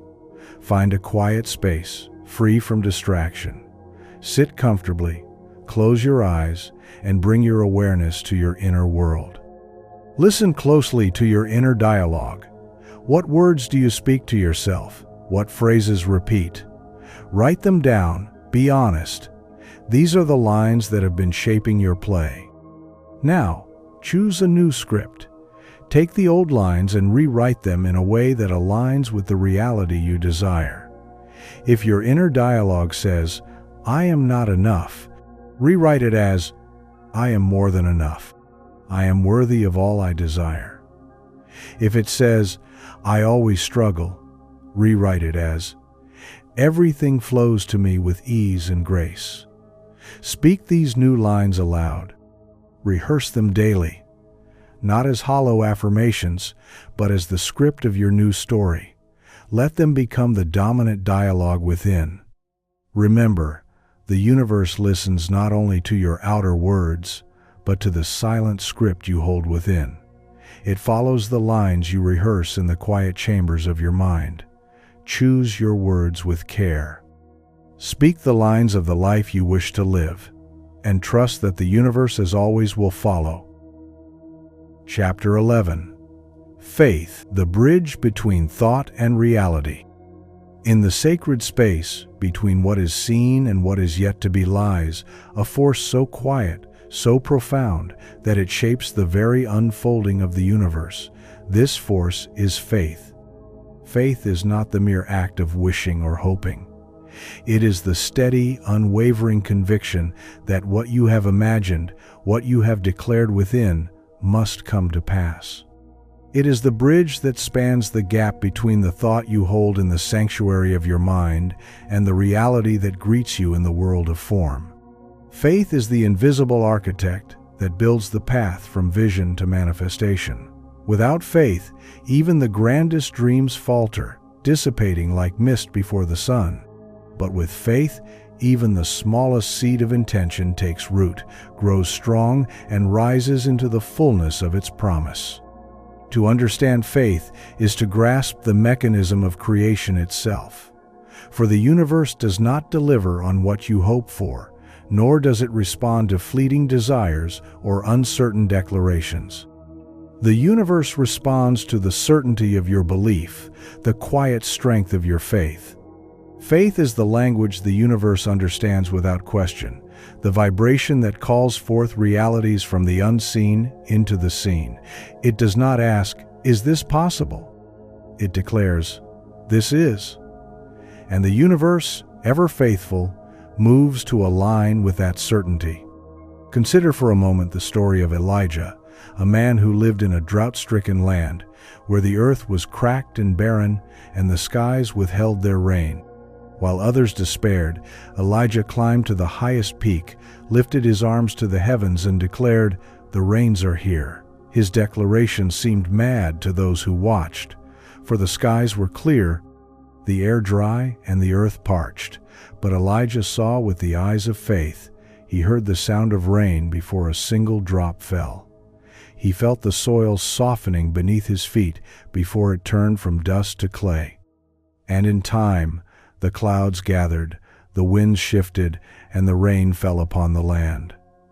It was not the outer evidence that birthed Elijah's faith. It was his faith that summoned the outer evidence. This is the sacred order of creation. Faith comes first. The manifestation follows. The bridge between thought and reality is built not with evidence, but with belief. And the strongest, most unshakable bridge is built with faith unwavering. Faith that does not demand proof before it believes. Faith that holds its ground even when the world offers no sign of change. Let me share another parable, one that will anchor this truth more deeply in your heart. There was once a woman named Asha who longed for healing, her body weary from illness that had lingered for years. The doctors had done all they could. The remedies had been exhausted. Yet Asha, in the quiet of her heart, held a vision of health. She imagined herself walking through fields of wildflowers, feeling the strength in her limbs, the clarity in her breath. Day after day, though her body still ached, she returned to this vision. She felt the joy of it, the peace of it, and when doubts arose, as they often do, she turned again to faith. She spoke to herself, "I am whole, I am well, my body is healing now." And though her physical eyes saw no change, her inner eyes remained fixed on the vision of health. In time, the tides turned. Her body, responding to the command of her faith, began to heal. The strength returned, the clarity returned, the vision became her reality. Faith is not blind. It is the deepest sight. It sees not with the eyes of the body, but with the eyes of the soul. It knows that the unseen is just as real as the seen, that the seed beneath the soil is growing even before it breaks the surface. Faith is the gardener who waters the ground before the sprout appears, trusting that life is stirring beneath. But how often do we falter in this space between thought and reality? How often do we plant the seed of intention only to dig it up in doubt when the sprout does not appear quickly enough? How often do we cross halfway over the bridge of faith only to turn back, uncertain that it will hold? The universe responds not to partial belief, but to faith that stands firm even when the winds of circumstance blow fierce. Faith that holds its vision, unwavering, knowing that reality must conform to the shape it holds.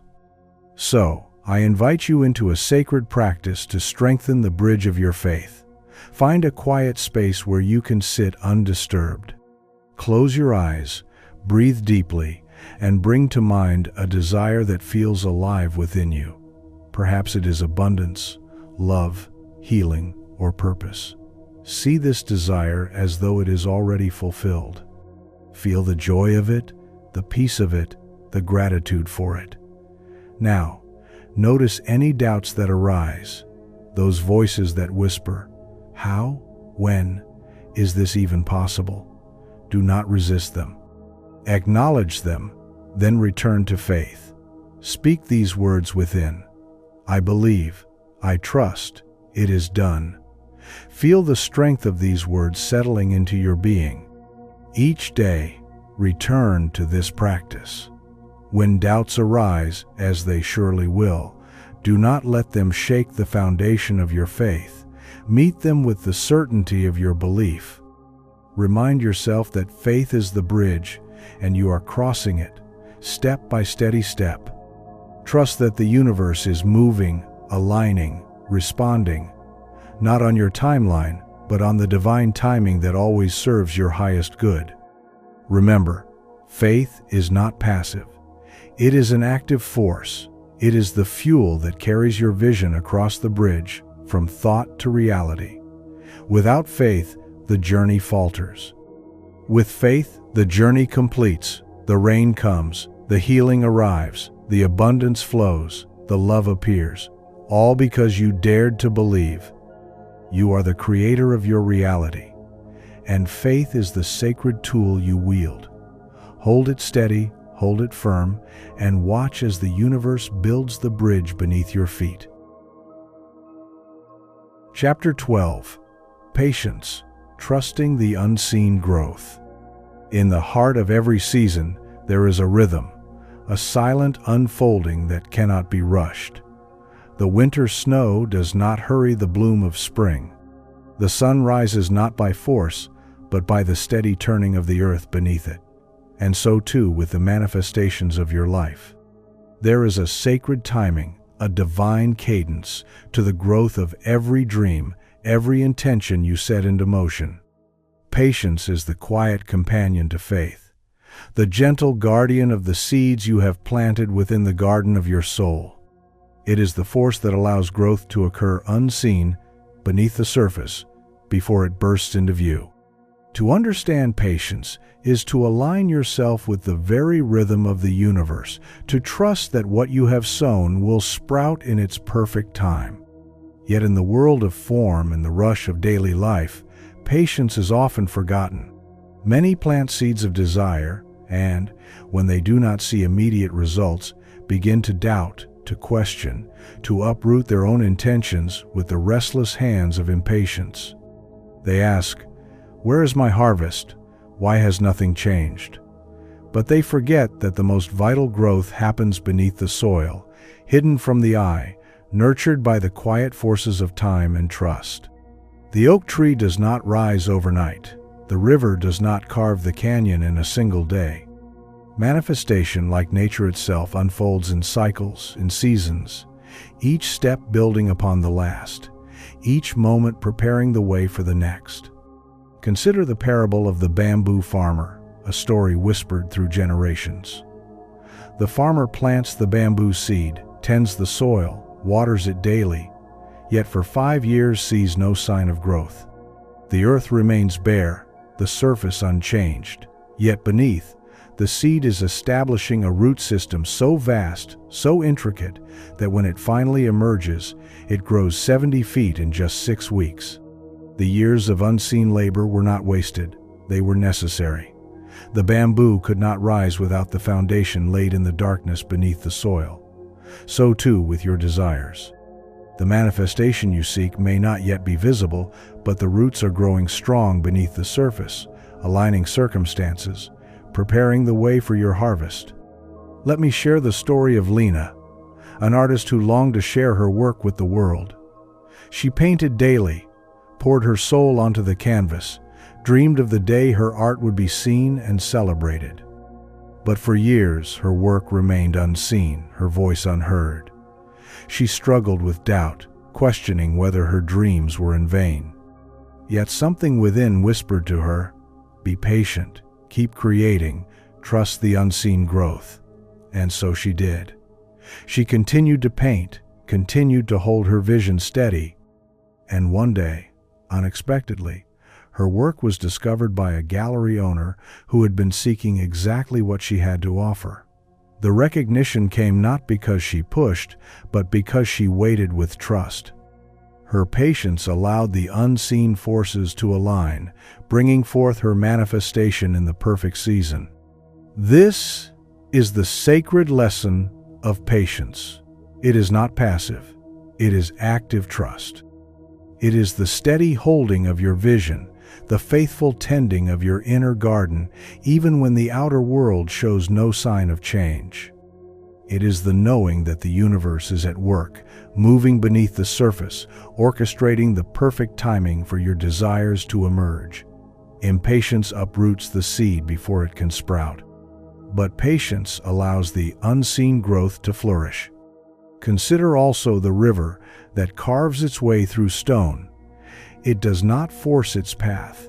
It flows steadily, persistently, trusting that each drop carries the power to shape the landscape over time.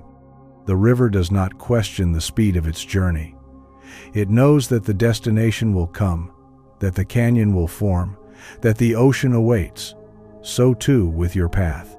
Patience is the river that carries you, the current that moves you toward your desires, trusting the process even when the shores are not yet in sight. So I invite you now into a sacred practice of cultivating patience. Find a quiet space where you can sit undisturbed.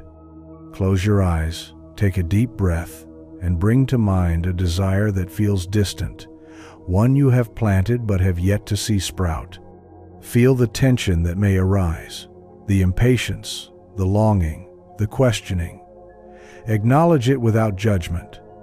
Now imagine this desire as a seed beneath the soil.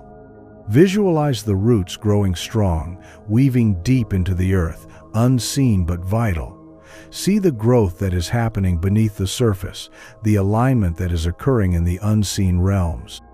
Speak these words within. I trust the process. I allow the timing to unfold. My desires are growing strong beneath the surface, and they will emerge in the perfect season. Let these words settle into your being, anchoring you in trust. Each day when impatience arises, return to this vision. Remind yourself that unseen growth is still growth, that the most profound manifestations often take time to root themselves deeply enough to flourish fully. Patience is not about waiting idly. It is about waiting with faith, with trust, with the quiet confidence that what you have planted will bear fruit. It is the space between sowing and harvest, the sacred pause where the universe does its work. Do not rush this process. Do not dig up your seeds to check their progress. Water them with belief, nourish them with gratitude, and trust that the harvest will come. Remember, the universe moves in cycles, in seasons. There is a time for planting, a time for nurturing, and a time for reaping. Trust the rhythm, align with the flow, and know that your desires are growing strong beneath the surface, preparing to rise in their perfect time. Chapter 13. Gratitude, aligning with the frequency of abundance. There is a secret door that opens the flow of abundance, a sacred key that unlocks the treasure houses of the universe, and that key is gratitude. Not the casual thank you offered out of habit, nor the polite acknowledgement given without feeling, but true living gratitude. A vibration so pure, so aligned with the frequency of abundance, that it transforms the very fabric of your reality. Gratitude is not merely a response to what you have received, it is the state of being that calls forth more to be grateful for. It is both the cause and the effect, the seed and the harvest. When you embody gratitude, you declare to the universe, I am aligned with the flow of giving and receiving. I am open to more. And the universe, faithful as ever, responds in kind. Many wait for their circumstances to change before they feel gratitude. They wait for the promotion, the relationship, the healing, and then they offer thanks. But gratitude is not meant to follow manifestation, it is meant to precede it. Gratitude is the signal that tells the universe you are ready, that you are in harmony with abundance, that you recognize the flow of life even before the evidence appears.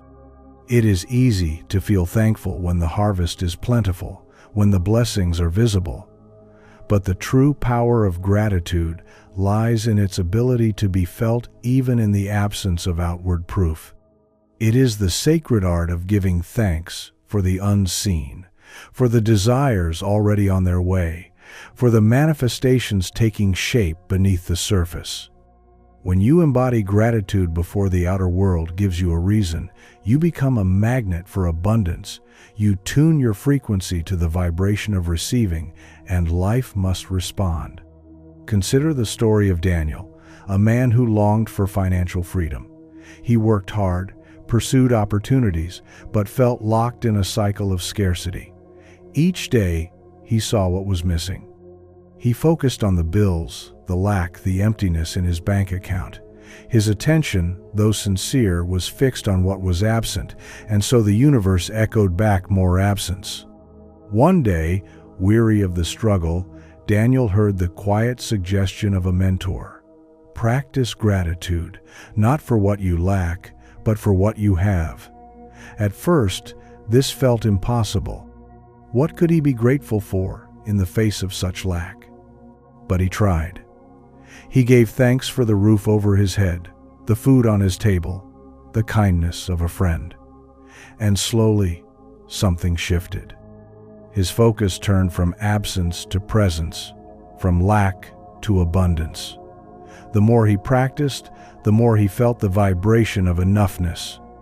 And as his inner world aligned with gratitude, his outer world followed. Opportunities arose, debts were paid, abundance flowed, not as a reward, but as a reflection of his new state of being. This is the sacred alchemy of gratitude. It transforms your focus, shifts your vibration, and aligns you with the frequency of abundance. The universe does not respond to need, nor does it respond to lack. It responds to alignment. And gratitude is the alignment that calls forth more to be grateful for. Let me offer another parable, one whispered through the ages. There was a farmer who, despite a poor harvest, gave thanks each morning as he walked his fields. He blessed the soil, the sky, the seeds that had not yet sprouted. His neighbors mocked him, seeing only barren ground, but the farmer smiled. "The harvest is already on its way," he said. "I give thanks in advance." And when the rains came, when the earth softened and the crops grew tall, it was his field that yielded the greatest abundance. Not because the land favored him, but because he had aligned himself with the frequency of gratitude, trusting the unseen growth. Gratitude is not simply a practice, it is a state of being, a frequency you choose to dwell in. When you live in gratitude, you open your heart to receive. You declare to the universe, "I trust in your abundance, I am ready."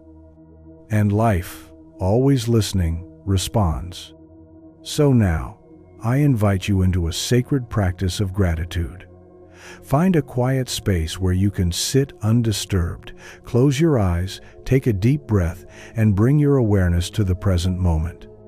Begin by giving thanks for what is already in your life. The small things, the simple things, the breath in your lungs, the warmth of sunlight, the kindness of a stranger. Feel the gratitude rise within you, not as a thought, but as a feeling. Let it expand, filling your body, your heart, your mind. Now, take it one step further. Give thanks for the things not yet seen, the desires still taking shape. Thank the universe for the abundance on its way, for the love that is unfolding, for the opportunities aligning even now. Feel the gratitude as though the manifestation has already arrived. See yourself living in the fulfillment of your desires, and give thanks for it now. Each day, return to this practice. Begin your morning not with a list of what must be done, but with a list of what you are grateful for. Speak it aloud, write it down, feel it in your bones. Let gratitude become the dominant vibration of your being, and watch as life responds, bringing more to be grateful for. Gratitude is the bridge between where you are and where you wish to be. It aligns you with the frequency of abundance, tuning your being to the song the universe sings. When you give thanks, not as a reaction but as a way of being, you step into harmony with life itself. You open the doors to receive. You become a vessel through which abundance flows. Remember, gratitude is not the result of abundance. It is the cause. Cultivate it, nurture it, and let the universe echo back the song you sing. Chapter 14. The Power of Consistency in Creation. Creation is not a single act. It is not the result of one thought, one affirmation, or one burst of inspiration. Creation is a rhythm, a steady pulse that moves through time, shaping reality moment by moment, day by day. It is in the consistency of your thoughts, your emotions, your beliefs, and your actions that the true power of manifestation resides. The universe responds not to what you do once, but to what you do repeatedly. It listens to the dominant vibration you sustain, the pattern you weave through the fabric of your days. Consistency is the thread that binds your intentions to their fulfillment. It is the force that turns a fleeting vision into an enduring reality. Yet, how often do we set an intention, hold a vision, feel the spark of belief, and then let it flicker and fade when the outer world does not immediately reflect our desires? How often do we plant seeds of abundance, love, or health, only to abandon them in the face of doubt or distraction? We live in a world that moves fast, that praises the instant, that teaches us to expect immediate results. But the universe operates on deeper rhythms, on cycles that require nurturing, attention, and above all, consistency. Consider the parable of the potter who sits before the wheel day after day, shaping clay into vessels of beauty and purpose. The first touch of the clay does not reveal the final form. The potter returns again and again, steady in their practice, turning the wheel, molding the shape. It is in the repetition, the daily engagement, that the masterpiece emerges. Without consistency, the clay remains formless. With it, the clay transforms. Let me share with you the story of Amir, a writer who dreamed of sharing his voice with the world. His heart brimmed with ideas, his mind filled with visions of the books he longed to write. Yet, for years, he waited for inspiration to strike, for the perfect moment to begin. Days turned into months, months into years, and his dream remained a whisper, unfulfilled. One day, weary of waiting, Amir made a quiet decision. He would write for 1 hour each day, no matter how he felt, no matter whether inspiration was present. He committed to the process, to the rhythm of showing up. And as he did, the words began to flow. The first pages were uncertain, but over time, the stories emerged, the voice grew strong. His books took shape, one word at a time, one day at a time. The dream he had carried for so long became reality, not through bursts of inspiration, but through the power of consistency. This is the sacred truth of creation.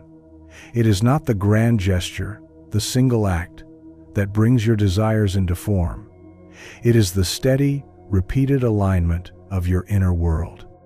The universe is not moved by what you think or feel once. It responds to the patterns you sustain. If you hold the vision of abundance one day, but let doubt dominate the next, the signal you send is inconsistent. But if you hold the vision day after day, if you return to it, nurture it, align with it consistently, the universe has no choice but to respond. Consistency builds momentum. It strengthens belief. It turns thought into form. Consider the river that carves its way through stone. It does not rush, does not force. It flows steadily, persistently, over time shaping even the hardest rock. The power of the river lies not in its speed, but in its consistency. So too with your thoughts, your beliefs, your actions. They shape your reality, not through force, but through the steady, repeated alignment with your desires.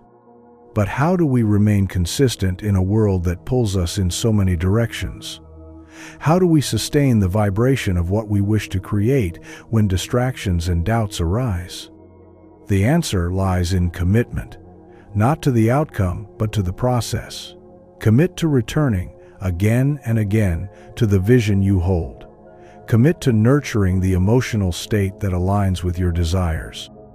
Commit to speaking the words, feeling the feelings, imagining the reality you wish to live, not once but daily. Let me offer another story to anchor this truth within you. There was a gardener named Leora who dreamed of creating a sanctuary of beauty and peace. She planted seeds, tended the soil, but the land was barren, the seasons harsh. Many times she was tempted to give up, to believe the dream impossible. But each morning she returned. She watered the soil, pulled the weeds, trusted in the unseen growth.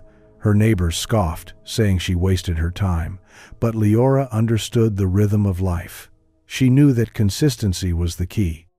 And in time, the seeds sprouted. The garden bloomed. A sanctuary arose from the barren earth, not through chance, but through the daily practice of tending her vision. You are the gardener of your life.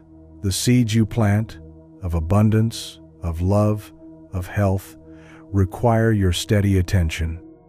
They require you to show up day after day, nurturing them with your thoughts, your emotions, your actions. Do not abandon them when the sprout does not appear immediately. Trust the process. Return to it. Tend it with care. Consistency is the sunlight and water that brings your desires to life. So now, I invite you into a sacred practice of consistency. Choose one area of your life where you desire change. Perhaps it is your relationship with money, with love, with health. Commit to one small daily practice that aligns you with this desire. It may be a morning affirmation, a visualization, a gratitude practice, or a conscious action. Whatever you choose, do it daily. Not as a chore, but as a sacred ritual. Show up for your dream, even when the outer world shows no sign of change. Trust that consistency is shaping the unseen forces, aligning the circumstances, building the momentum that will bring your desires into form. Remember, the universe responds to the dominant vibration you sustain. Consistency is the force that makes that vibration strong, unshakable. It is the thread that weaves your dreams into reality. Hold it steady, return to it daily, and watch as your world transforms, not through effort, but through the quiet, powerful rhythm of showing up.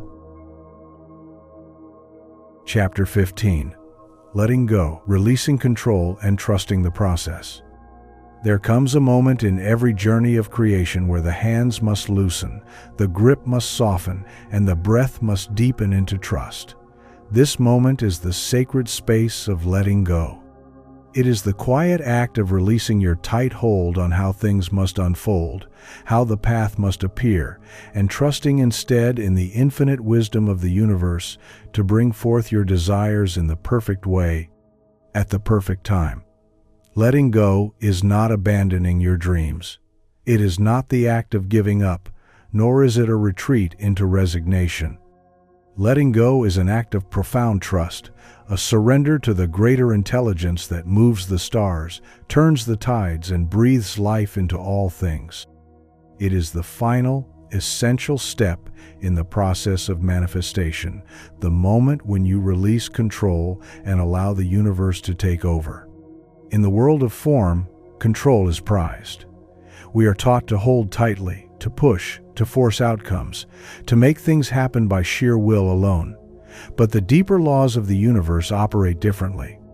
They require alignment, not force. They respond to energy, not effort. And when your energy is one of tight control, of clinging, of desperation, you create resistance. You block the flow. You hold the river back from reaching you. But when you let go, when you release the need to control the how and when, you open the floodgates. You allow the current of life to carry your desires to you in ways far greater than your mind could conceive. Consider the parable of the sailor caught in a storm. The winds howl, the waves rise, and instinct tells him to fight, to hold the sails tightly, to force the ship against the current. But the wise captain knows better.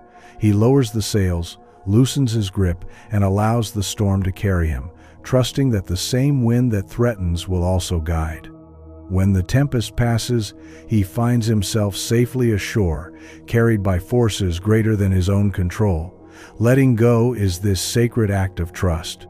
It is the lowering of the sails, the loosening of the grip, the surrender to the winds of the universe. Let me share with you the story of Nia, a woman who longed for love. She visualized her perfect partner, spoke affirmations, held the vision with faith. But beneath her practice lingered a tightness, a need to control when love would arrive, how it would appear. Each day, she searched, questioned, measured her progress, and in doing so, she wove resistance into her field. Her desire became a burden, her longing a weight. Until one day, weary from the striving, Nia sat in silence and spoke a new prayer. I release this desire to the universe. I trust that love will find me in the perfect way, at the perfect time. And in that moment, something shifted. The weight lifted. The burden eased. She no longer carried the need to control. She allowed the universe to move freely, and in time, love arrived, not through the channels she expected, but in a way that felt like grace. This is the sacred paradox of letting go. When you release control, you open the space for manifestation to occur. The act of letting go is not the abandonment of desire. It is the trust that the universe knows how to bring it to you. It is the surrender of the how and when, the release of the need to make it happen, and the embrace of the unfolding process. But letting go does not mean becoming passive. It does not mean ceasing your alignment or abandoning your practices. It means releasing the attachment to outcomes.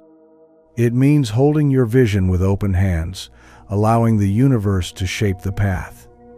You still align your thoughts, your feelings, your actions, but you do so from a place of trust, not control. You allow life to surprise you, to deliver your desires in ways that exceed your plans. Consider the story of the gardener who plants seeds in the soil. She does not dig them up each day to see if they are growing. She waters, she tends, and she trusts that the seeds will sprout in their time. Her work is to nurture, not to force. She knows that the act of planting is hers, but the act of growing belongs to nature. So too with your desires. Your work is to plant the seeds through intention, through belief, through aligned action. The growth, the unfolding, that belongs to the universe. So now, I invite you into a sacred practice of letting go. Find a quiet space where you can sit undisturbed. Close your eyes, breathe deeply, and bring to mind one desire you have been holding tightly. Feel the tension around it, the need to control, the fear of it not arriving, the urgency. Acknowledge this energy with compassion. Now, visualize yourself holding this desire in your hands. See it as a delicate light, a sacred flame. And in your mind's eye, open your hands. Release the desire into the sky, into the current of the universe. Watch it rise, carried by unseen winds. Speak these words within. I release this desire to the universe. I trust the process. I allow it to unfold in the perfect way, at the perfect time. Return to this practice each time you feel the urge to grasp, to force, to control. Remind yourself that letting go is not giving up. It is aligning with the greater intelligence that knows how to deliver your desires far better than your mind could plan. Trust the unfolding. Trust the process. Trust the universe. Remember, the river flows not because you push it, but because you allow it. The wind carries the ship not because you control it, but because you surrender to its current.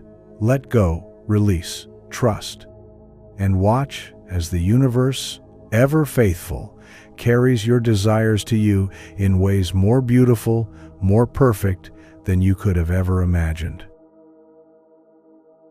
Conclusion. The journey continues, becoming the architect of your reality. As we arrive at this final chapter, know that this is not the end of the journey, but a sacred threshold, a new beginning where the wisdom you have gathered becomes the ground beneath your feet, the air you breathe, the path upon which you now walk.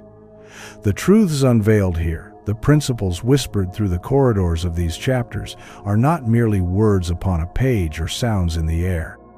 They are living currents, ancient forces that have shaped the universe from the beginning of time, and now they are yours to wield. The journey you have undertaken through these pages has not been to teach you something new, but to help you remember what has always been within you.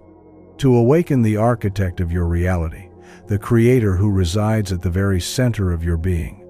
From the moment you first listened, you began the sacred process of reclaiming your role as the author, the artist, the master builder of your life.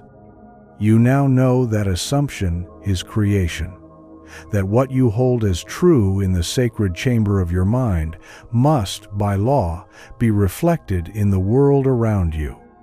Your outer reality is not a fixed landscape. It is a mirror that reflects the images you hold within. Whether you assume abundance or lack, love or loneliness, joy or struggle, the universe reflects it back to you with unwavering faithfulness. You are not at the mercy of circumstances, nor are you bound by the conditions of the past. You are the cause. You are the source.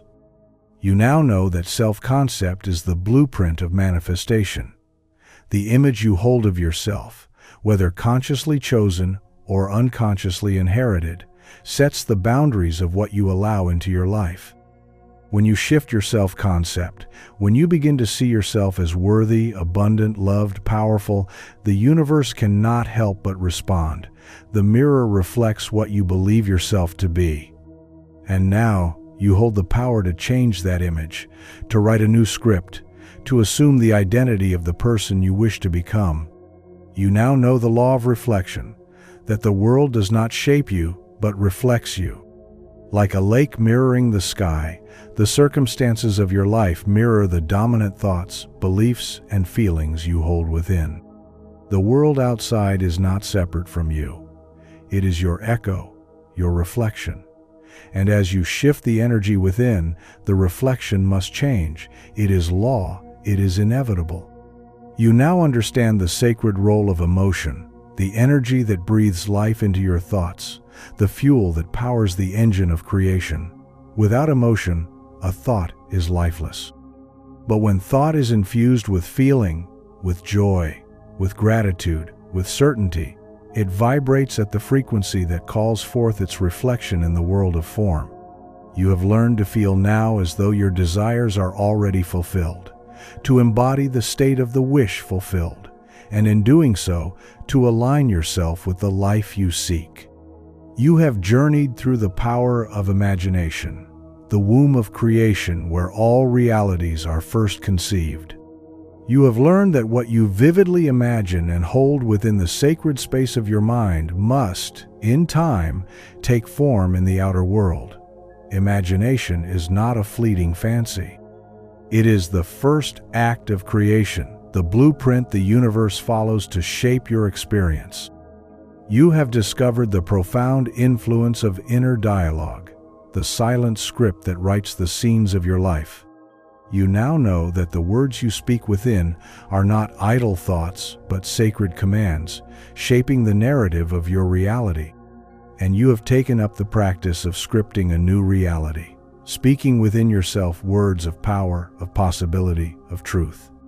You have embraced faith as the bridge between thought and reality, the unseen force that carries your desires from the realm of the invisible into the world of form. You have felt the power of standing firm in your belief, holding your vision even when the outer world offers no sign of change. Faith is not hope, it is certainty. And now, you wield it as the sacred tool it has always been. You have learned the quiet strength of patience, the steady trust that allows your desires to unfold in their perfect time. You have come to understand that growth often happens beneath the surface, unseen, and that the universe moves in rhythms, in cycles, in seasons. You have embraced the practice of trusting the process, knowing that unseen growth is still growth. You have aligned with gratitude, the frequency of abundance, the sacred key that opens the flow of giving and receiving. You have cultivated the practice of giving thanks, not only for what is, but for what is becoming, knowing that gratitude precedes manifestation and aligns you with the vibration of receiving. You have honored the power of consistency, the quiet force that sustains your alignment, that builds the momentum necessary for creation. You now understand that the universe responds not to what you do once, but to what you do repeatedly. And you have committed to showing up day after day, nurturing the seeds of your desires with steady hands and a faithful heart. You have embraced the sacred art of letting go, releasing control, and trusting the greater wisdom of the universe. You have loosened your grip on the how and the when, surrendering the path to the infinite intelligence that knows how to bring your desires to you in ways far greater than your mind could conceive. And now, as this chapter closes, a new one begins. You stand at the edge of infinite possibility, the architect of your reality, the creator of your world. The tools are in your hands. The laws are written in your heart. The universe waits only for your command. But remember, this journey does not end here. Mastery is not a destination. It is a way of being. Each day offers you the opportunity to deepen your understanding, to refine your alignment, to shape your reality with greater skill and greater love. Life will continue to mirror back to you what you hold within. And now, you hold the power to choose, to assume, to create. So, I invite you now to set one final intention, not for the universe, but for yourself. Declare that you will live as the creator you are. Declare that you will hold your visions with faith, nurture them with consistency, release them with trust, and receive them with gratitude. Speak these words within. I am the creator of my reality. My mind shapes the universe. I trust the process, and I receive all that is aligned with my highest good. And as you carry this truth into the unfolding days of your life, know that you walk not alone but hand in hand with the universe itself, a co-creator in the grand dance of existence. The journey continues, and now it is yours. If this message spoke to your soul, like, subscribe, and share it with someone who needs to hear this today. Remember, your mind shapes the universe. Stay aligned, stay empowered.